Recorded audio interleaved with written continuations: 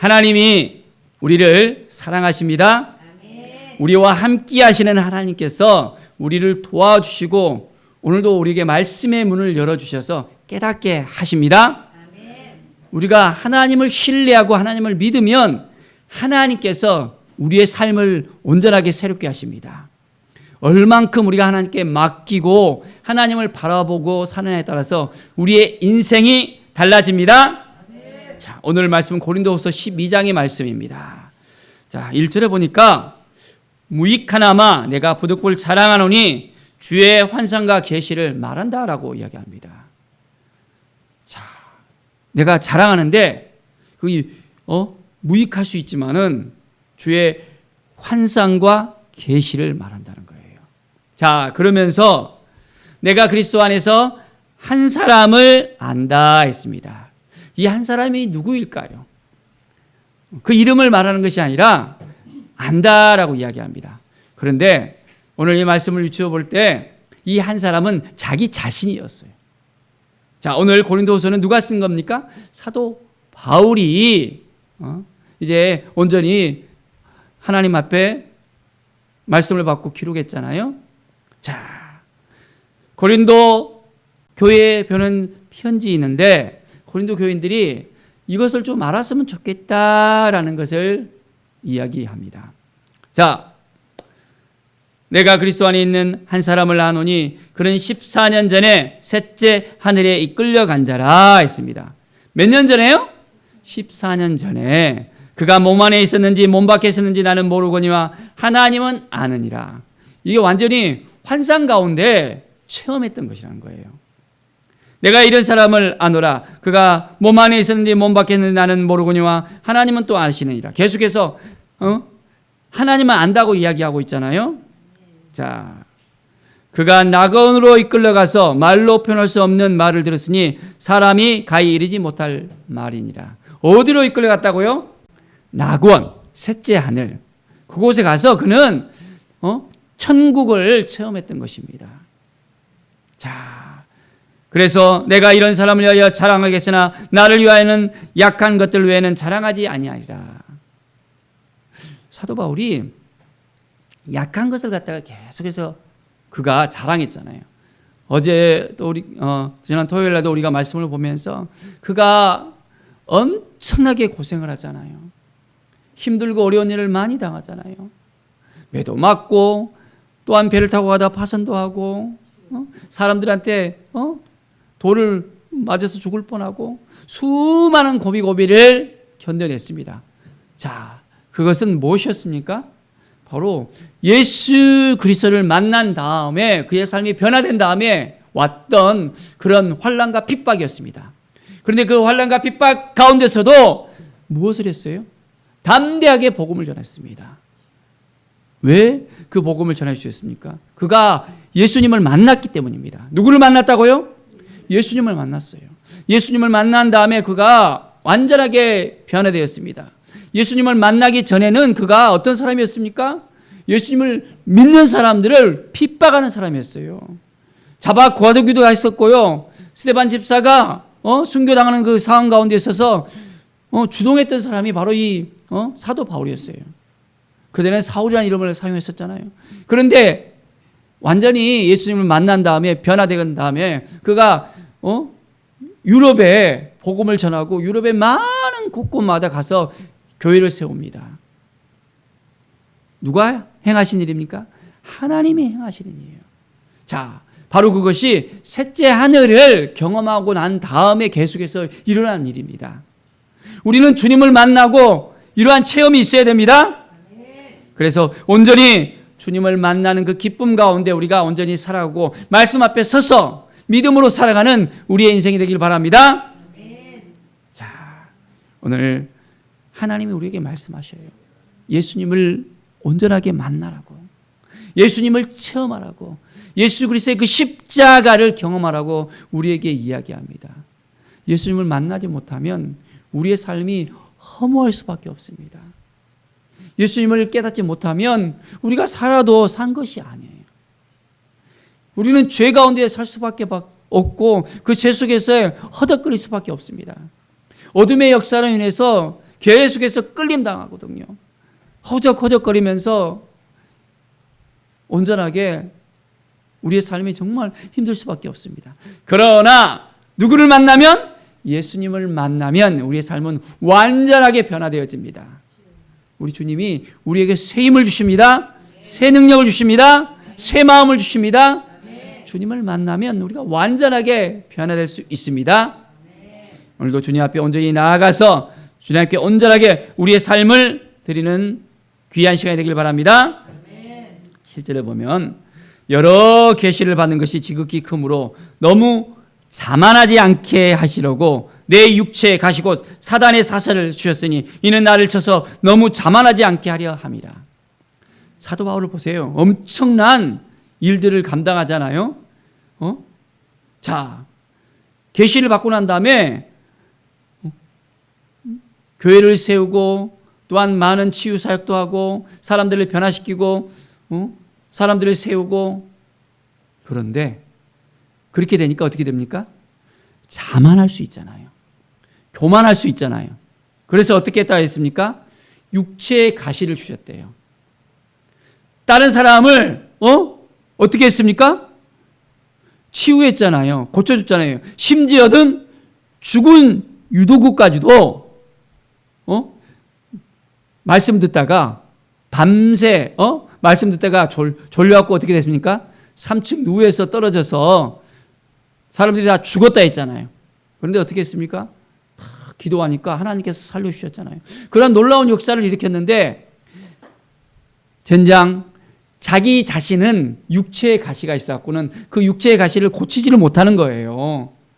이것을 사단의 사자라고 표현을 했습니다. 하나님께서는 교만하지 않도록, 자만하지 않도록 딱 하나를 던져주셔요. 자, 그래서 사도 바울은 기도했어요. 이것이 내게서 떠나가게 하기 위해서 내가 몇 번이나? 3번이나 죽게 아주 간절하게 기도했습니다. 3번이나.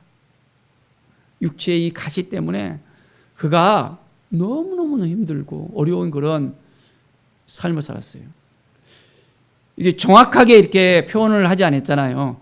그래서 성경학자들은 이걸 연구해 보니까 2가지로 추측을 합니다. 간질과 안질이래요. 뭐라고요?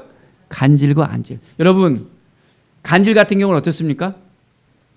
갑자기 가다가 쓰러져서 보글보글 막 거품을 보면서 막 하잖아요.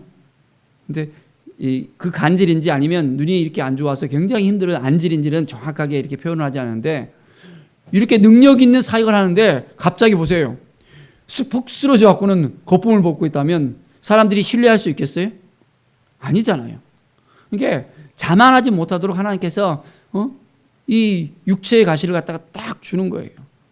그러니까 어떻게 해요? 하나님만 바라보고 하나님만 의지하고 사도 바울은 살아가는 것입니다. 하나님이 도와주셔야만, 이 모든 능력은 누가 주셨습니까? 하나님이 주셨다는 거예요.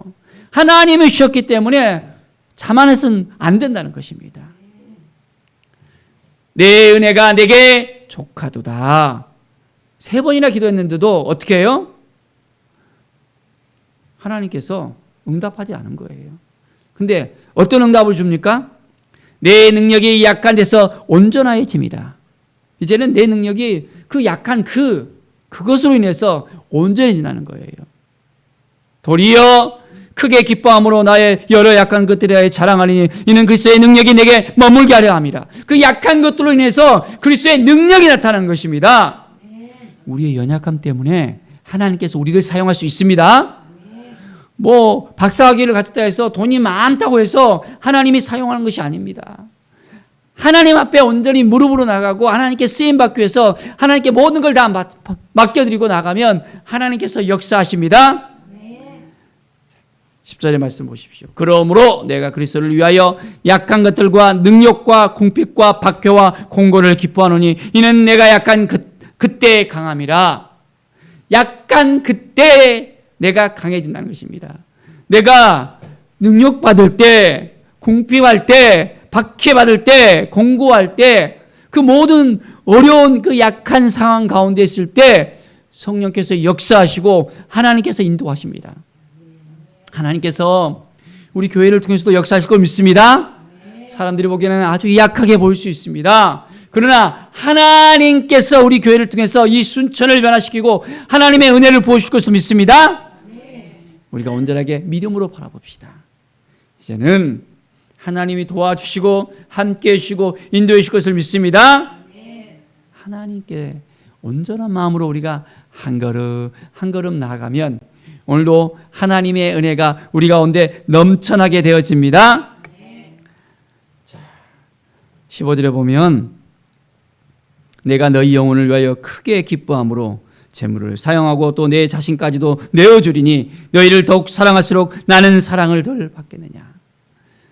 사도 바울은 고린도 교회 성도들을 위해서 온전한 마음으로 다 내어주려고 합니다. 그들의 영혼을 위해서 온전하게 희생하고 나눠주고 베풀어주고 그 사랑을 주님께 받은 그 사랑을 온전하게 전하고 싶어하는 그 마음이 있는 것을 볼 수 있습니다. 그래서 계속해서 이제는 디도도 보내고 고린도 교회가 계속해서 말씀 위에 설 수 있도록 그들이 여러 가지 힘들고 어려운 상황 가운데서 분열되어지고 힘들어하는 것이 아니라 말씀 안에 거할 수 있도록 온전하게 사도 바울은 이 고린도 교회를 위해서 힘쓰고 애쓰는 것을 볼 수 있습니다. 자, 우리는 어떠한 마음으로 주님 앞에 나가야 되겠습니까? 하나님이 주신 그 마음을 지켜내야 됩니다. 하나님이 우리를 도와주시고 인도해 주십니다. 자, 20절에 보면 또 다툼과 시기와 분냉과 당짓는 것과 비방과 수군거림과 거만함과 혼란이 있을까 두려워하고. 참 이 고린도 교회를 향한 그 마음을 갖다가 표현합니다. 고린도 교회에 이러한 어려움이 있을까 계속해서 기도하면서 이제는 내가 다시 갈 때 내 하나님이 나를 너희 앞에서 놔두실까 두려워하고 또 내가 전에 죄를 지은 여러 사람의 그 행한 바 더러움과 음란과 호색함을 회개하지 아니함 때문에 슬퍼할까 두려워합니다.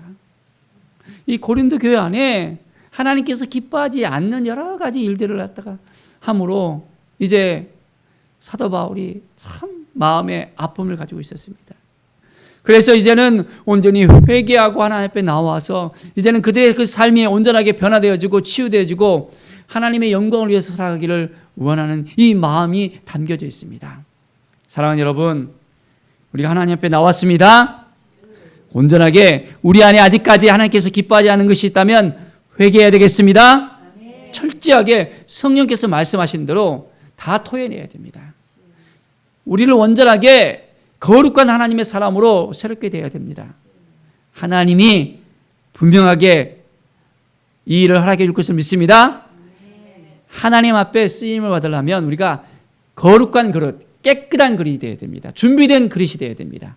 그러면 하나님이 도와주시고 함께해 주시고 인도해 주십니다. 오늘도 우리가 말씀 앞에 서서 그렇습니다. 말씀을 깨닫게 해주시고 하나님의 도우심으로 말미암아 온전하게 새롭게 될 것을 믿습니다. 여전히 연약하지만은 부족하지만은 하나님이 우리를 통해서 행하실 것을 믿습니다.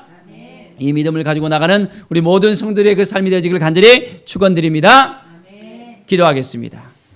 하나님 감사합니다. 우리 안에 역사하시는 하나님, 오늘도 우리에게 말씀하여 주시고 우리의 약함을 통해서 강함으로 인도해 주시고 하나님의 은혜 가운데 우리를 사용해 주시고 우리를 통해서 온전히 한 영혼들을 살릴 것을 우리에게 또한 말씀하여 주시고 인도해 주시니 감사합니다.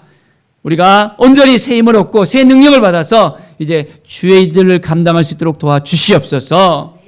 두려운 마음이 아니라 주님을 의지하며 주님을 바라보며 우리의 모든 것들을 다 내려놓고 주님과 동행하는 오늘 하루가 될 수 있도록 인도하여 주시옵소서. 감사드립니다. 주께 모든 영광 드리며 예수 그리스도의 이름으로 기도드립니다. 아멘.